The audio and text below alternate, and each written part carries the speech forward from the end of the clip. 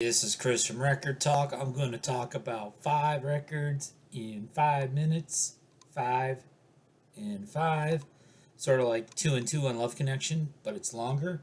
So we're going to do records from 1982 today. That was 40 years ago. Yes, that was 40 years ago. So sorry if that makes you feel old. If that makes you feel old, it means you're old. And another thing that's going to make you feel old is the album 1999 by Prince. So, of course, when this came out, I was 13 years old. Songs like 1999, Little Red Corvette, Delirious, Let's Pretend We're Married, Lady Cab Driver, all kinds of vaguely dirty songs by Prince. And wow, 1999, that's way in the future. I'll turn 30 in 1999. I don't know if that'll ever happen. And then, of course, nowadays, like college students nowadays, they were born after 1999. So if they know this at all, they know it about a record made about a time before they were born that was made way, way before they were born. All right, so now that we've impressed you with that, let's talk about some classic metal from 1982. Judas Priest, Screaming for Vengeance. So I basically want to get Judas Priest on vinyl, starting with Sad Wings of Destiny, going up through either Defenders of the Faith, or I might go ahead and get Turbo at some point as well. Don't have either of those yet. I did pick this one up. So, of course, you've got the Hellion and Electric Eye. I kind of think of, it's 2 songs, but I really think of that going together.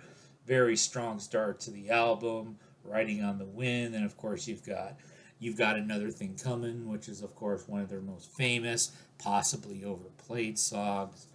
But we were definitely into Judas Priest when we were teenagers.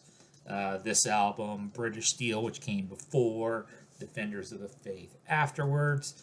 And then I wasn't into this in 1982, but eventually I got into The Cure pretty heavily. And when I started working back through the catalog, of course, discovered Pornography from 1982.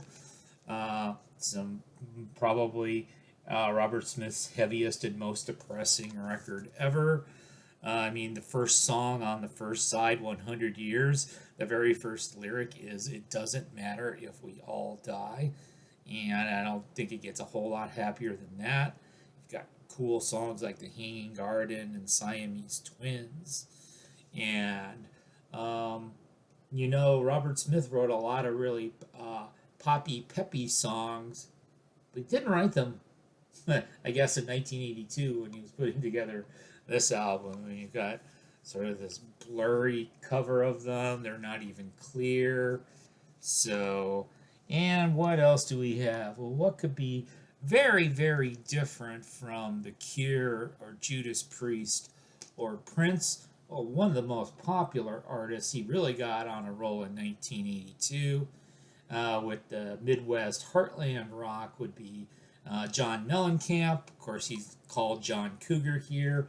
The album American Fool. Of course, he had massive hits with songs like Hurt So Good and Jack and Diane. And I know the next couple albums that came after this as well were just massive sellers for Mellencamp.